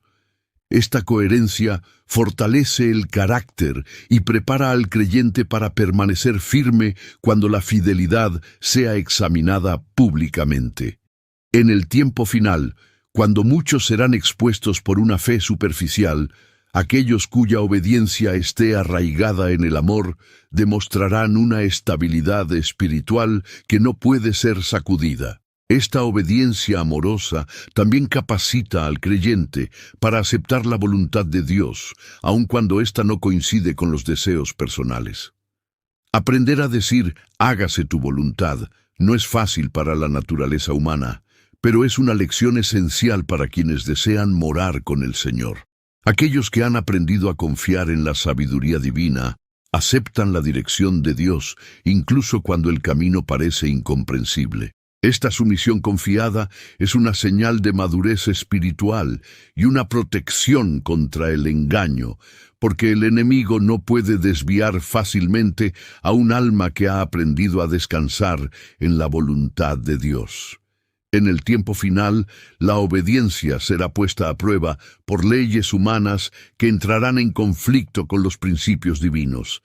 En ese contexto, solo aquellos cuya obediencia esté firmemente establecida en el amor a Dios permanecerán fieles. No obedecerán por espíritu de rebeldía ni por deseo de destacarse, sino por una convicción profunda de que la lealtad a Dios está por encima de toda autoridad humana.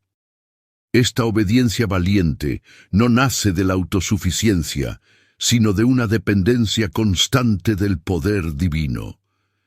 Quienes han aprendido a obedecer en lo cotidiano estarán preparados para obedecer cuando hacerlo implique riesgo y sacrificio. La obediencia nacida del amor también se manifiesta en un espíritu de mansedumbre y paciencia. Aquellos que aman a Dios reflejan su carácter en la manera en que tratan a los demás, incluso a quienes se oponen a ellos. En el tiempo final, cuando la tensión y la hostilidad aumenten, esta mansedumbre será una evidencia poderosa del poder transformador de la gracia. No responderán al odio con odio ni a la injusticia con venganza, sino con una firmeza serena que revela una confianza profunda en la justicia divina. Esta actitud no solo glorifica a Dios, sino que fortalece el alma para permanecer en pie en medio de la prueba. La obediencia que prepara para morar con el Señor también está estrechamente vinculada con la pureza del corazón. El amor verdadero a Dios lleva al creyente a apartarse de todo aquello que debilita la comunión espiritual. No se trata de una separación orgullosa del mundo, sino de una consagración sincera que busca reflejar el carácter divino.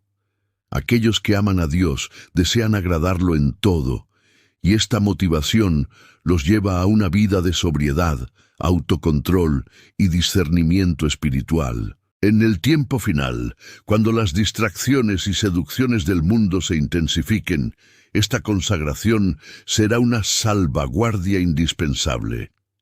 La obediencia nacida del amor produce gozo y paz, incluso en medio de la prueba. Quienes viven en armonía con la voluntad divina experimentan una seguridad interior que no depende de las circunstancias externas. Este gozo no es superficial ni pasajero, sino una profunda satisfacción espiritual que sostiene al alma en los momentos más difíciles. En el tiempo final, cuando muchos serán dominados por el temor y la ansiedad, aquellos cuya obediencia brota del amor a Dios permanecerán en calma, confiando en que su vida está en manos fieles. Así, la obediencia que surge del I don't blame you for living this wish had been enough for you to stay.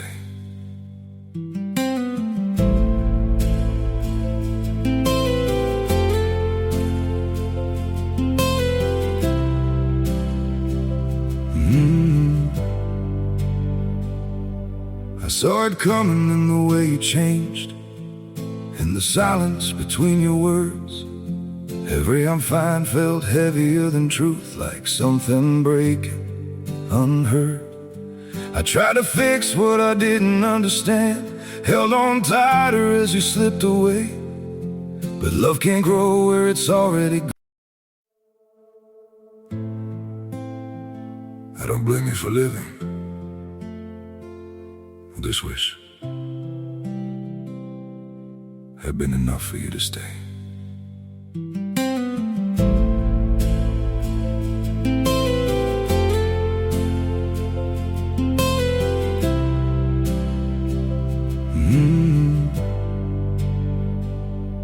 I saw it coming in the way you changed, in the silence between your words. Every I'm fine felt heavier than truth, like something breaking unheard. I tried to fix what I didn't understand, held on tighter as you slipped away. But love can't grow where it's already gone. I don't blame you for living this wish had been enough for you to stay.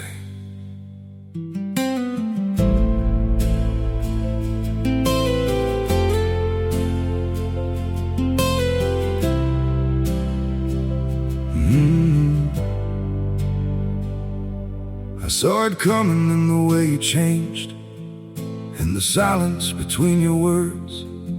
Every I'm fine felt heavier than truth, like something breaking unheard. El amor no solo prepara al creyente para resistir la lucha final, sino que lo capacita para vivir desde ahora una vida que refleja el cielo.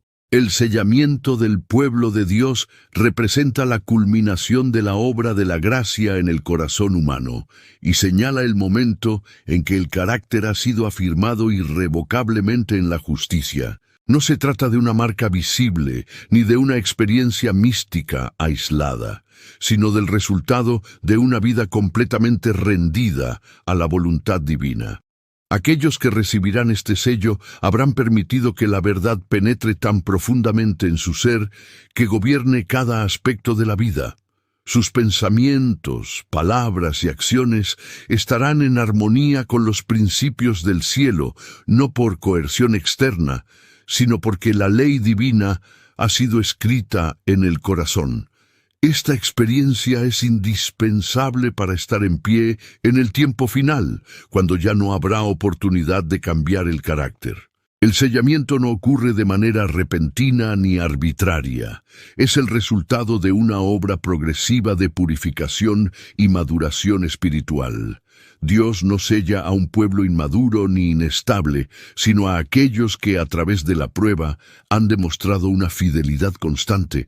Estas personas han sido probadas por la verdad, confrontadas con sus defectos y llamadas a una consagración cada vez más profunda. En lugar de resistir la obra del Espíritu, han cooperado humildemente, permitiendo que Dios complete en ellos la transformación iniciada. Esta disposición a ser enseñados y corregidos es una característica esencial de quienes están siendo preparados para la eternidad. La madurez espiritual se manifiesta en una fe equilibrada y estable. Aquellos que están siendo sellados no son llevados por extremos ni sacudidos por cada viento de doctrina. Han aprendido a discernir la verdad del error y a permanecer firmes aun cuando la presión para comprometer los principios es intensa. Su experiencia con Dios es personal y profunda, no prestada ni dependiente de líderes humanos. En el tiempo final, cuando muchos se apartarán debido al engaño o al temor, esta estabilidad espiritual será una evidencia clara de que el carácter ha sido afirmado en la verdad. El sellamiento también implica una separación clara del espíritu del mundo. Aquellos que reciben el sello divino no aman las cosas que el mundo ama, ni participan de su espíritu egoísta y autosuficiente. Su vida refleja una sencillez, una pureza de propósito y una dedicación que los distingue. Esta separación no es el resultado de un aislamiento forzado, sino de una transformación interior que cambia los valores y las prioridades. El corazón que ha sido sellado encuentra su mayor gozo en agradar a Dios y en reflejar su carácter, aun cuando eso implique ir contra la corriente de la cultura predominante. En esta etapa final de la obra de la gracia, el creyente aprende a confiar plenamente en Dios sin reservas. La fe ya no fluctúa según las circunstancias, porque ha sido anclada en la fidelidad divina. Aquellos que han alcanzado esta madurez espiritual no están libres de pruebas, pero enfrentan cada dificultad con una confianza serena, sabiendo que Dios está en control. Esta fe inquebrantable será esencial cuando el tiempo de gracia haya concluido y el pueblo de Dios deba enfrentar la crisis final sin un mediador visible. Solo quienes hayan aprendido a vivir en una dependencia constante podrán mantenerse firmes en ese momento solemne. El sellamiento también está estrechamente relacionado con el testimonio que el pueblo de Dios da al mundo. Aquellos que han sido transformados por la gracia reflejan el carácter de Cristo de manera tan clara que su vida se convierte en una evidencia viva del poder del Evangelio. En el tiempo final, este testimonio será decisivo, porque demostrará que es posible vivir en obediencia a Dios aún en medio de un mundo en rebelión. No será un testimonio ruidoso ni sensacionalista, sino una fidelidad silenciosa y constante que glorifica a Dios y desenmascara el engaño del enemigo. La madurez espiritual que conduce al sellamiento también se manifiesta en un profundo amor por los demás. Aquellos que están siendo preparados para morar con el Señor reflejan su amor en la manera en que tratan a quienes los rodean. No hay lugar para el orgullo, la dureza o el espíritu crítico en un corazón que ha sido verdaderamente transformado. Este amor no es sentimental ni superficial, sino un amor que busca el bien eterno del prójimo y que permanece firme aún frente al rechazo y la incomprensión. En el tiempo final, este amor será una señal distintiva del pueblo de Dios. A medida que se acerca el cierre de la historia humana, la diferencia entre quienes han permitido que Dios complete su obra y quienes han resistido esa obra será cada vez más evidente. El sellamiento marcará esta diferencia de manera definitiva. Aquellos que han cooperado con la gracia estarán preparados para enfrentar el último conflicto con una fe firme y una esperanza viva. No temerán el futuro, porque su confianza está puesta en aquel que ha prometido ser fiel hasta el fin. Esta seguridad no produce presunción, sino una humildad profunda y una gratitud constante. Así, el sellamiento y la madurez espiritual representan la preparación final del pueblo de Dios para morar con Él eternamente. No es una experiencia reservada para unos pocos privilegiados, sino una obra que Dios desea realizar en todos los que estén dispuestos a entregarse plenamente. Aquellos que permitan que esta obra se complete estarán en pie en medio de la lucha final y reflejarán la gloria del cielo aún antes de entrar en él. La esperanza final de morar con el Señor para siempre es el anhelo supremo que sostiene al pueblo de Dios a lo largo de toda su peregrinación terrenal. Esta esperanza no es una ilusión vaga ni un consuelo psicológico frente a las dificultades de la vida, sino una certeza profundamente arraigada en las promesas divinas y en la fidelidad de aquel que no miente. Quienes han recorrido el camino de la fe, permitiendo que la gracia transforme su carácter y que la verdad gobierne su vida, miran hacia el futuro no con temor, sino con expectación reverente. Para ellos, la eternidad no es una idea abstracta, sino la consumación de una relación ya iniciada aquí, una comunión que ha sido cultivada día tras día mediante la oración, la obediencia y la confianza perseverante. Morar con el Señor significa más que habitar en un lugar glorioso. Significa vivir en perfecta armonía con su carácter, reflejar plenamente su amor y participar sin obstáculos de su presencia. Aquellos que serán recibidos en la morada eterna son los mismos que, en esta vida, aprendieron a amar lo que Él ama y a aborrecer lo que Él aborrece. El cielo no sería un lugar de gozo para quienes no han permitido que su corazón sea transformado, porque la atmósfera celestial es una atmósfera de santidad, de servicio y de amor desinteresado.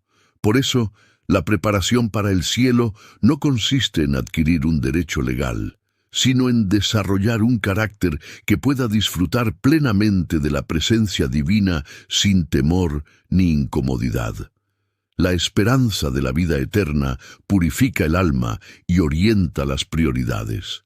Aquellos que viven a la luz de esta esperanza aprenden a evaluar las pruebas presentes desde una perspectiva eterna. El sufrimiento, la pérdida y la injusticia no son ignorados ni minimizados, pero son vistos como temporales frente a la gloria venidera. Esta visión transforma la manera en que el creyente enfrenta las dificultades, dándole paciencia en la prueba, firmeza en la fidelidad y paz en medio de la incertidumbre. En el tiempo final, cuando la presión alcance su punto máximo, esta esperanza será una fuente inagotable de fortaleza, recordando al alma que el conflicto presente es breve y que la victoria está asegurada. Morar con el Señor también implica el fin definitivo del pecado y de todas sus consecuencias. Aquellos que han luchado contra el pecado, que han experimentado el dolor de la culpa y la fragilidad de la naturaleza humana, encuentran en esta promesa un consuelo profundo. La certeza de que llegará un día en que ya no habrá lucha interior, ni tentación, ni separación de Dios llena el corazón de gratitud y reverencia. Esta esperanza no conduce a la pasividad, sino a un deseo más intenso de vivir en armonía con la voluntad divina desde ahora. El creyente que anhela el cielo comienza a vivir sus principios en la tierra, anticipando en su vida diaria la realidad de la eternidad. La morada eterna con el Señor también representa la restauración completa de la comunión que fue rota por el pecado. Aquellos que han caminado por fe, muchas veces sin comprender plenamente los caminos de Dios, experimentarán entonces una comprensión perfecta de su amor, su justicia y su sabiduría. Las preguntas que quedaron sin respuesta, las pruebas que parecieron incomprensibles y los sacrificios que parecieron demasiado costosos, encontrarán su explicación en la presencia divina. Esta perspectiva llena el corazón de confianza y elimina toda amargura, porque el creyente sabe que nada de lo que fue permitido careció de propósito eterno. En la presencia del Señor, el pueblo redimido participará de una vida de servicio gozoso. El cielo no es un estado de inactividad, sino un lugar donde cada facultad es plenamente desarrollada y dedicada al bien. Aquellos que aquí aprendieron a servir por amor encontrarán en la eternidad una continuación glorificada de esa experiencia. El servicio ya no estará marcado por el cansancio, la incomprensión o el dolor, sino por un gozo perfecto y una comunión ininterrumpida con Dios. Esta realidad futura da significado al servicio presente, recordando al creyente que cada acto de amor, por pequeño que parezca, tiene un valor eterno. La esperanza de morar con el Señor también fortalece la fidelidad en medio de la soledad. Muchos que eligen permanecer firmes en la verdad experimentan incomprensión, rechazo e incluso abandono. Sin embargo, la certeza de que Dios camina con ellos y de que un día estarán eternamente en su presencia les da consuelo y valentía. Esta esperanza sostiene al alma cuando el camino parece solitario y cuando la fidelidad parece no ser recompensada en esta vida. En el tiempo final, cuando la presión social y espiritual sea intensa, esta esperanza será una ancla firme que impedirá que el creyente se desvíe. Finalmente, morar con el Señor para siempre es la culminación de la obra de la gracia iniciada en el corazón humano. Aquellos que han permitido que Dios los transforme serán finalmente liberados de toda imperfección y reflejarán plenamente su imagen. Esta transformación no es obra del esfuerzo humano, sino del poder divino actuando en corazones rendidos. La certeza de que Dios completará la obra que comenzó llena el alma de humildad y gratitud, porque el creyente reconoce que todo ha sido posible únicamente por la gracia. Así concluye el camino del pueblo de Dios, un camino de lucha, de fe, de obediencia y de esperanza que desemboca en la morada eterna con el Señor. Aquellos que hayan permanecido en pie en medio de la lucha final descubrirán que ninguna prueba fue en vano y que cada sacrificio fue recompensado infinitamente. En la presencia divina comprenderán plenamente que la fidelidad de Dios nunca falla y que su amor es suficiente para sostener al alma desde el inicio del camino hasta la eternidad sin fin. Gracias por acompañarnos hasta el final, por apoyar este ministerio. Dios les bendiga grandemente. Déjanos en los comentarios qué piensan de esta temática.